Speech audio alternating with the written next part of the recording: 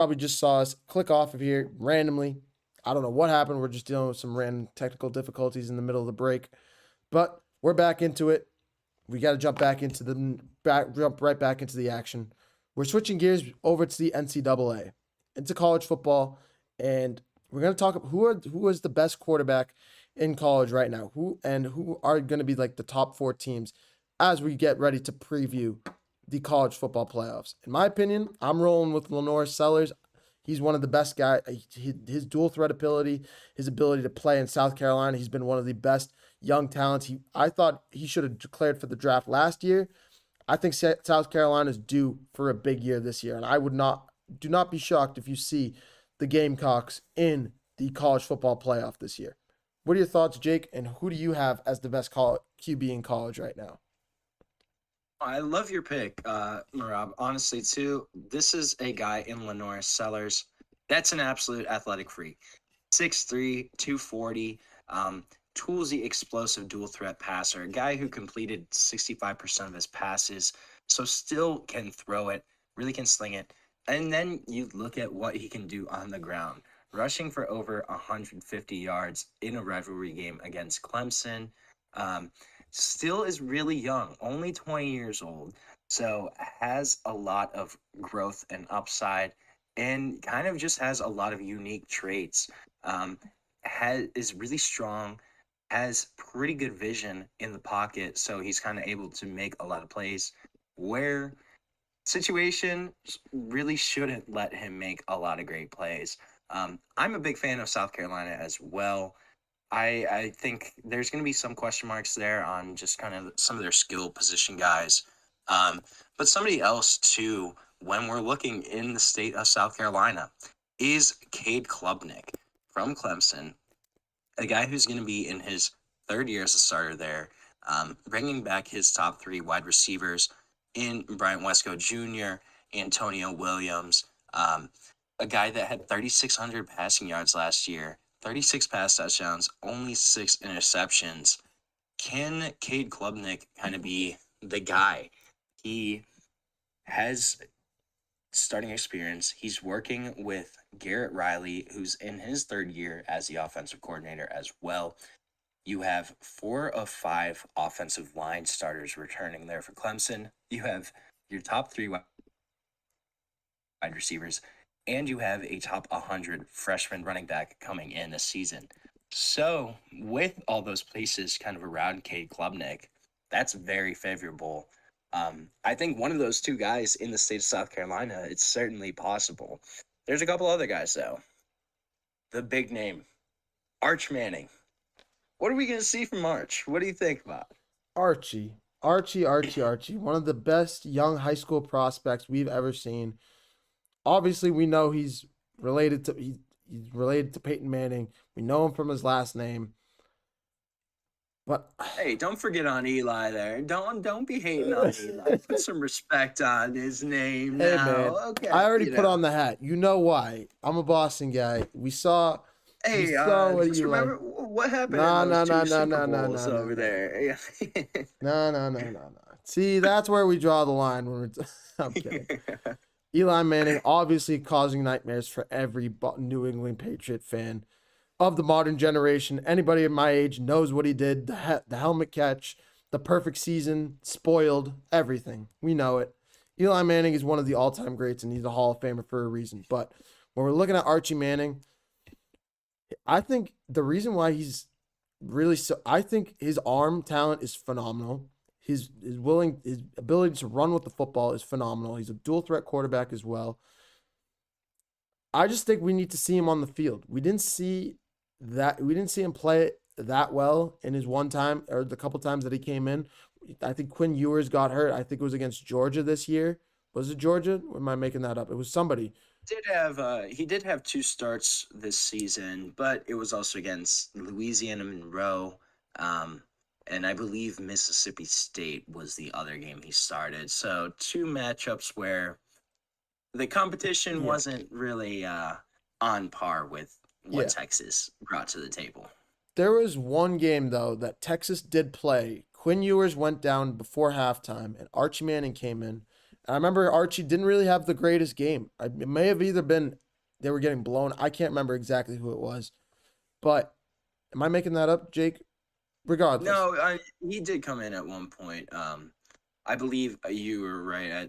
Against was it Georgia, he did throw Georgia? a couple passes then, but it was during he started against UTSA, against Louisiana Monroe, or he came in against UTSA, then started against Louisiana Monroe and Mississippi State. Mm. Then threw a couple passes the next weekend at Georgia. But this is a guy that also they kind of utilized in some of those sub packages where they brought him in kind of as a running quarterback, which was interesting when you look at this is a dude that's 6'4", 230. I mean, Arch Manning's not a small guy. Yeah, guy can run. He's a big dude, strong dude, can throw the ball down the field. It's just going to be interesting how they decide to use him. Is he going to be kind of like a Justin Herbert-esque kind of guy? Can he develop that arm? He's kind of built like a Justin Herbert kind of guy.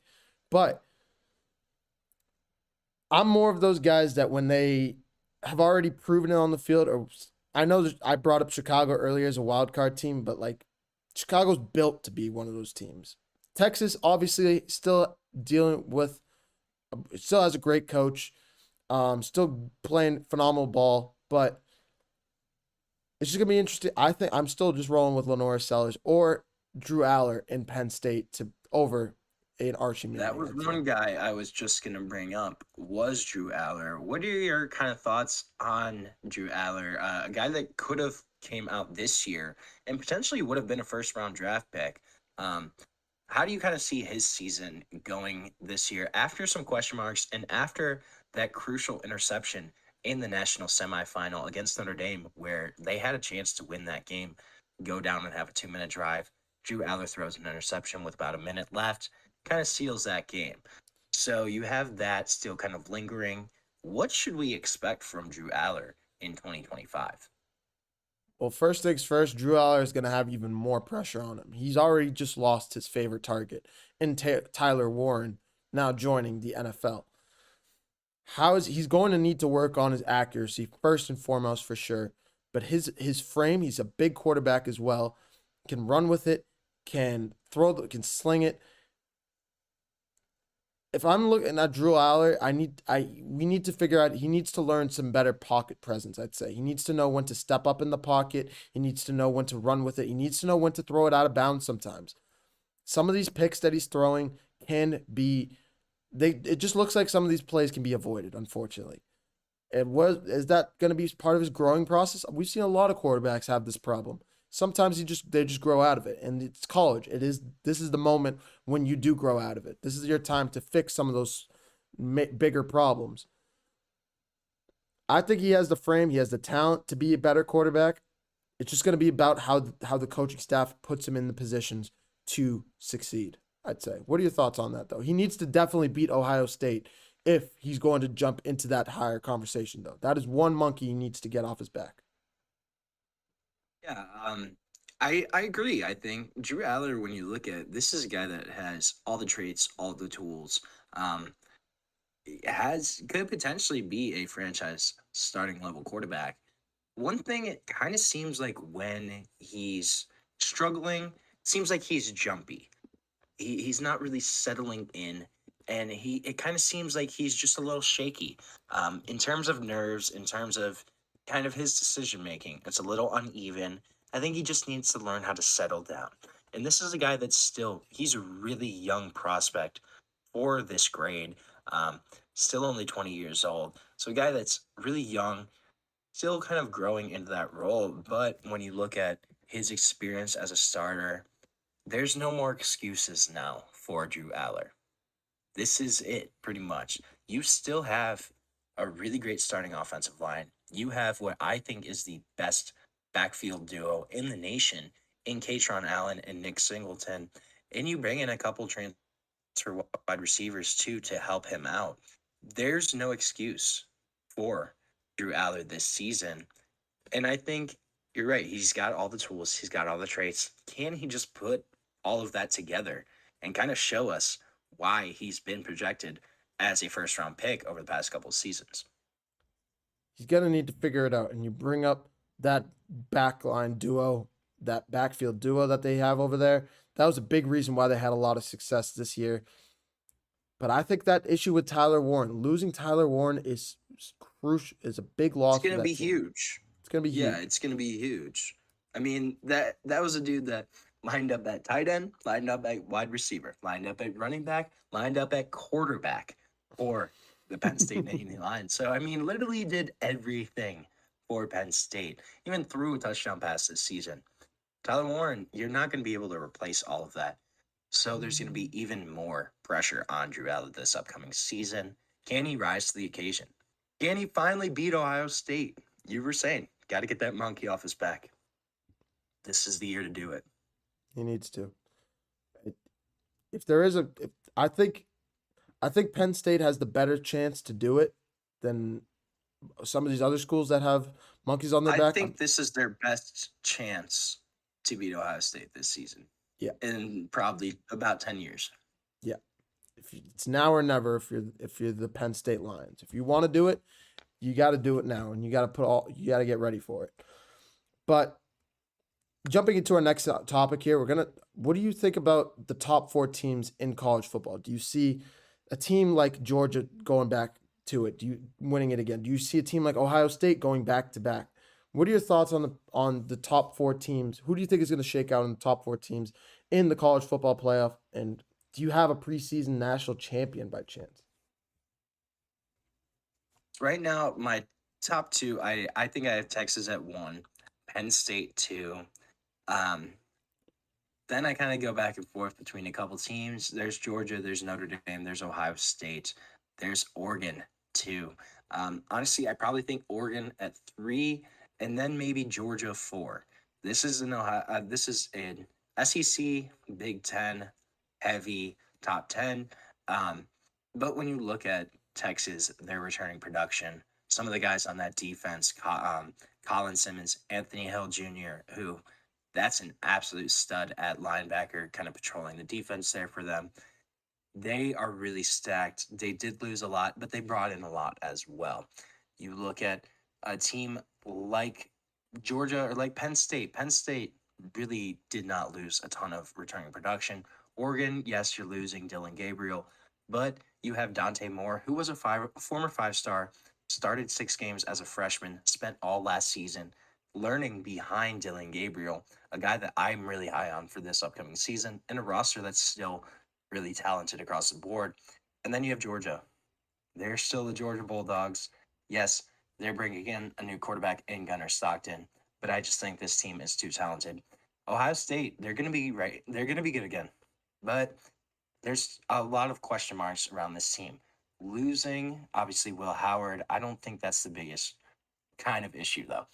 I think it's more of a concern that you lose Quinshawn Junkins, Travion Henderson, and Emeka Egbuka on offense. I think it's a bigger concern that you lose Jack Sawyer, JT Tuimalau, and Tyleek Williams on defense. Those are some big pieces, and those are some, honestly, guys that are going to be remembered in Columbus forever in a Jack Sawyer type, and in a Emeka Egbuka type. So, yes, Ohio State, they certainly have the talent, but there's just too many question marks right now, I think, for them to kind of be considered a top 4 team. Preseason national champion? I'll be bold. I'll say that Penn State finally gets over the hump. Hey. They beat Ohio State this year in Columbus. They go win the Big Ten, and they ride that momentum to a national championship. Drew Aller completes 70% of his passes this year. Allen and Singleton run for 3,000 combined yards. It's a dream season for the Nittany Lions in my make-believe land.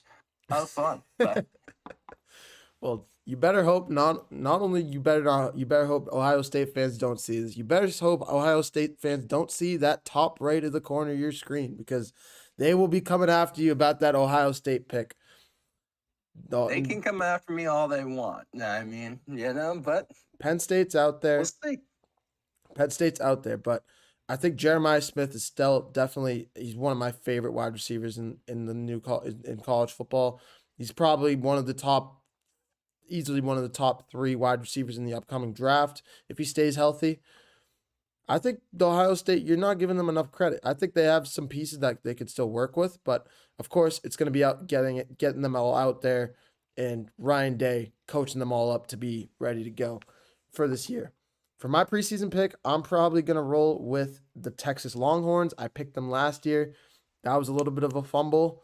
I'm rolling with them again. I'm just rolling with them early on, and then I'm probably going to roll with Georgia, Penn State, and then throw a little Michigan out there for my fourth spot, which is a little crazy of a pick, but Bold. I'll just say hey, it's better than UMass, man.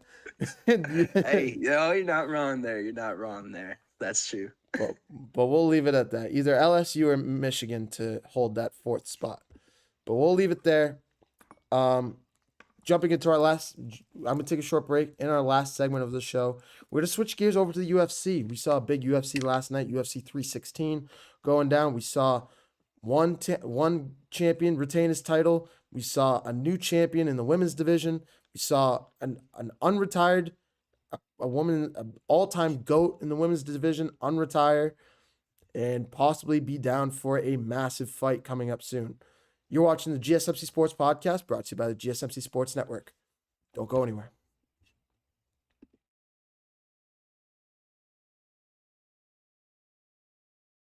For the best and latest podcasts available anywhere, go to the podcast app on your cell phone and type in GSMC to access free content-rich podcasts on health and wellness, book reviews, sports, entertainment, relationships, social media, movies, technology, finance, and even weird news. Subscribe and download the GSMC Podcast Network's family of shows, available everywhere podcasts are found.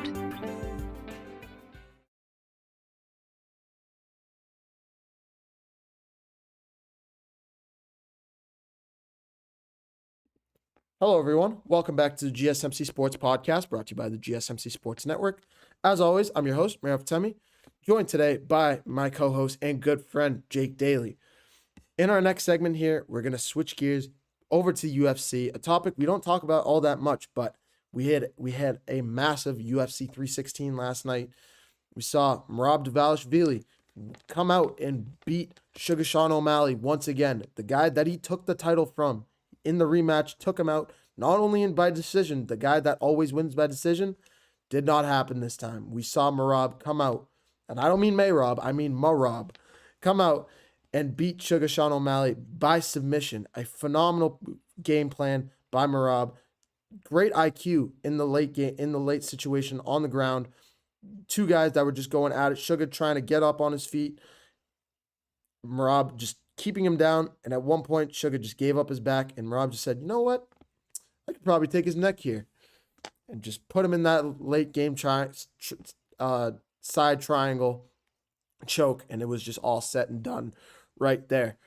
We also had a massive women's fight as well. Kayla Harrison taking out Juliana Pena in what was a massive fight. Kayla Harrison winning by submission was a pure dominance in that fight. But we saw Amanda Nunes already come out with some news a couple days prior, on actually the day before the fight happened, coming out and saying that she was already officially unretiring from the UFC and was looking to face the winner of this fight. Did she already have some insight of how it was going to go down? We'll see. But we've seen her and Kayla Harrison go back and forth about it, and it looks like that's a matchup that is about to happen right in front of our very eyes before the end of the year. Hopefully, fingers crossed. We also saw Kevin Holland win a fight. We saw Kelvin Gastelum take out Joe Pyfer. All around, it was a great UFC 316. And while it was a little bit of a quieter at the bottom of the main card, the main event delivered. The co-main event absolutely delivered. And we are on to UFC 317. But before we get there, Jake, what are your thoughts on UFC 316? What are your thoughts on Merab win, Kayla Harrison, and Amanda Nunes coming out of retirement to face Kayla for that bantamweight title? Looking at Merab versus Sugar Sean O'Malley, Sean O'Malley actually really had improved his takedown defense. When you look at the first round, he was able to successfully block 6 of the first 8 takedown attempts from Marab, but that pace, that never-ending, almost Energizer Bunny like fitness levels from the champion just kind of eventually got to Sean O'Malley. He was able to kind of fend it off for a little while, but it was just like an attack dog. Marab just kept coming at him. Sean O'Malley able to kind of keep him at bay for a while, but not for too long. And Sean, I wonder where Sean O'Malley kind of goes from here too. I think it's kind of possible because he was waiting on this rematch. We hadn't seen him fight since he lost the title. I think that's one of the big question marks here too, with kind of the main event is where do you think Sean O'Malley goes from here? Well, I can promise you we're not seeing the trilogy fight anytime soon. Suga is definitely going to need to climb up the ranks and prove himself once again. I think a great test for both of these guys coming up next, I would love to see Umar Nurmagomedov go up against Sean O'Malley. And I know Umar's probably waiting in the limbs, probably waiting for that championship fight, waiting for that rematch from earlier this year. But I mean, Sean O'Malley needs to fight somebody else before he can fight Merab again. He needs to prove himself. He needs to go up. He's probably still one of those top 3, top 4 guys. Top 3 easily. I wouldn't say 4. But whether he fights Corey Sandhagen, I would love to see that fight against Corey Sandhagen. 2 guys that are phenomenal strikers. But yeah, I think he needs to fight somebody else before he can come back into this fight. I think Corey's a great name to bring up. Do you think Corey deserves a title shot too? I think he's wait. It's certainly a conversation to be had. No. I just thought of another guy. I think Piotr Jan is probably definitely ahead of Corey. I think Corey should fight Sugar Sean next. I think that would be awesome if he fought. That would be just an exciting fight. 2 guys that just throw hands. I forgot about Piotr Jan. He hasn't fought in a little while. But I would put Merab as obviously champion. Umar or Piotr Jan second. You could switch those as much as you want. Sean O'Malley and then Corey Sandhagen at 4. That would probably link up my top 4 right there. But yeah, I mean, those are all solid fighters, dude. Another thing that we also saw in this fight that Merab also gets a lot of hate, not hate, but a lot of talk about it. He doesn't throw hands all that much. And in this fight, Sean O'Malley was defending that takedown really well and forcing Merab to throw some of those combinations. It looked like Merab had worked on them a bunch and it was landing very well, landing with that right hand jab very well. But if Merab can figure out some combinations, if he can figure out the striking game coupled with that ground game endurance, we could be looking at he's already in the conversation as one of the greatest bantamweights of all time. But we might be looking at him as possibly he could enter one of those greatest fighter conversations. He could enter that Mighty Mouse conversation with Demetrius Johnson as one of those greatest smaller fighters that we've ever seen. But talk to me a little bit about Amanda Nunes coming out of retirement. Talk to me a little bit about Kayla Harrison's fight. What was your reaction to that, as well as that in-ring face-off post-fight? Absolute fireworks. I mean, we get the Lioness, her return against Kayla Harrison, who looked absolutely dominant throughout that entire match against Juliana Pena. The champion, Pena, never really got comfortable with Kayla Harrison. Kayla Harrison really able to kind of cut down that ring pretty much from the start. And she looked so much bigger in the ring than Juliana Pena did. Just built. And it just looked like it was going to be Kayla Harrison's night from the moment the bell rang. And this is an exciting matchup. When we look at what Kayla Harrison has kind of become, now a UFC world champion, formerly a champion in PFL, at 18-1 as a professional fighter. And then you have arguably the greatest women's fighter of all time in Amanda Nunes announcing that she will be returning. And then these two are probably going to fight off. I wouldn't be surprised if it's by the end of the year, honestly, or right around New Year's.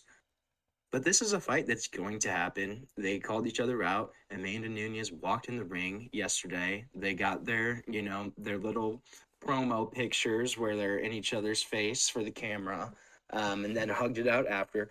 But this is a fight that's going to happen, and what do you think about the potential Kayla Harrison, Amanda Nunes fight? I mean, That is going to be such a good fight. Two women that are Kayla Harrison is dominating the division right now. Amanda Nunes, pretty much one of those John Jones of the women's division, one of those fighters that just pure dominates the opposition.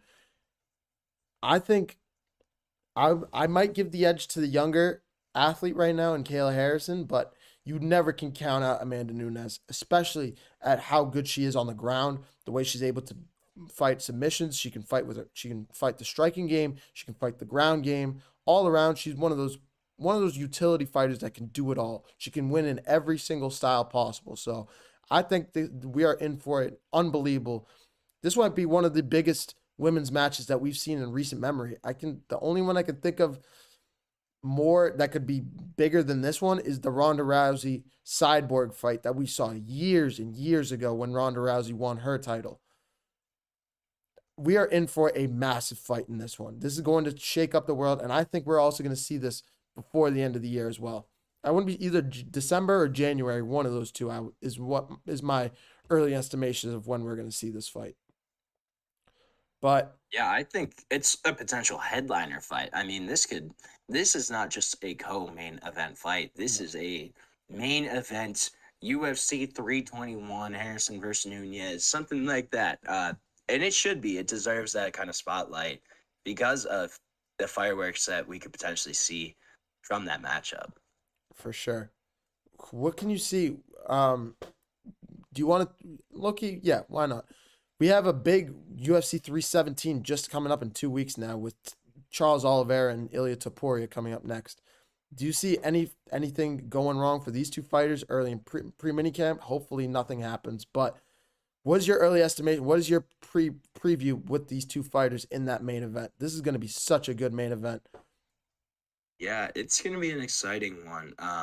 And honestly, I'm kind of going back and forth on this.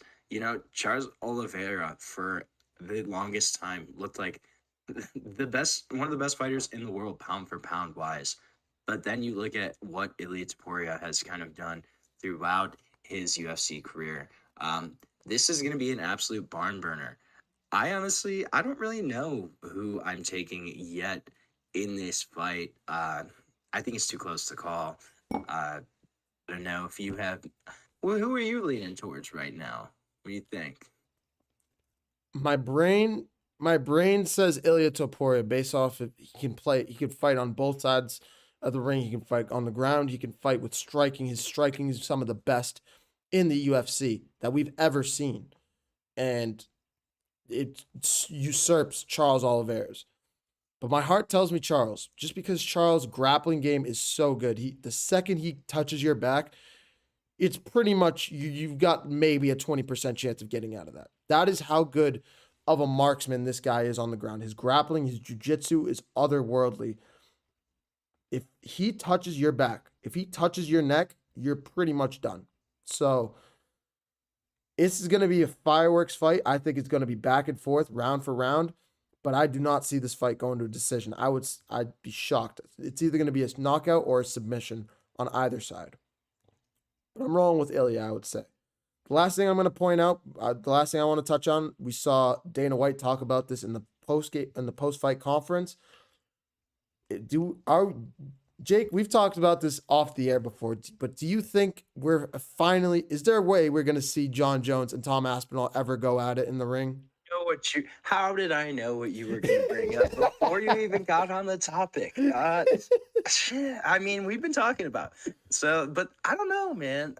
Are we ever going to actually see it? I honestly kind of doubt it at this point. Dana White can say whatever he wants. I just don't know if John Jones really wants to get back in that ring right now. And from his perspective, it kind of makes sense. Tom Aspinall is a very, very dangerous fighter. He's years younger than him. if they got in the ring together, he would probably have 30 to 40 pounds on him during the fight. Bigger, younger, absolutely dangerous fighter. I just don't know if John Jones really wants to get involved with that right now. I would love to see it. John Jones is one of my favorite fighters ever, just off of pure entertainment purposes. One of the best fighters we've ever seen in the UFC. I don't know. Do you really realistically think he gets back in a UFC ring? I mean, do we trust Dana White's word on it? I don't know, man. It's actually Tom Aspinall saying John Jones is retired, that he's got fight news coming out. We got UFC's coming up in France. We got rumors of Cyril Gane coming back. We got rumors of Francis Ngannou coming back. There is so much noise coming out about every single part of this fight from both camps. Dana White has said that John Jones has accepted this fight, and he's promised that it's going to happen. I thought we were always going to see it, but I'm starting to doubt it. So I'm starting to lean no. That is, in all honesty, I think we might not see it, but I'm holding out hope. I'm holding out hope that it's still going to happen. There's still going to be one of these days. One of these days, I open Instagram again, like always, to Dana White on my screen saying, breaking news, Tom Aspinall and John Jones are going to fight at 320 in September or something crazy. I don't know, but a man can always hope. We'll see how this all shakes out. There's so much news to talk about, and we have a bunch of fight night cards coming up. We got UFC 317 lined up for June 28th. We have the Dustin Poirier retirement fight that weekend. We have so many fights coming up, and I can't wait to continue talking about this as we'll probably talk about this about once, twice a week, but this is going to be fun segments every time we do, Jake. So we'll keep at it. But thank you guys for watching the GSMC Sports Podcast. I know we had to do a little bit of an intermission. I don't know what happened, but hopefully that never happens again. Thank you guys for watching GSMC Sports Podcast, brought to you by the GSMC Sports Network. As always, we thank you guys for watching, and please remember to leave a positive review in the comments below. Whether it's positive, whether it's negative, let us know what we're doing well. Let us know what we can improve upon. You guys are a big part of what we do here at the GSMC Sports Podcast. So be sure to make your thoughts known, and if you guys have any takes or questions at all, throw those in the comments. I'll make sure to get to those as soon as I possibly can. For more content and updates, be sure to follow us on Facebook, Twitter, TikTok, and Instagram. On behalf of myself and Jake Daly, thank you guys for watching GSMC Sports Podcast. I hope you guys have a wonderful rest of your night. The Thunder currently up by 20 points in the fourth quarter, and we'll be back tomorrow to recap that one. Bye-bye.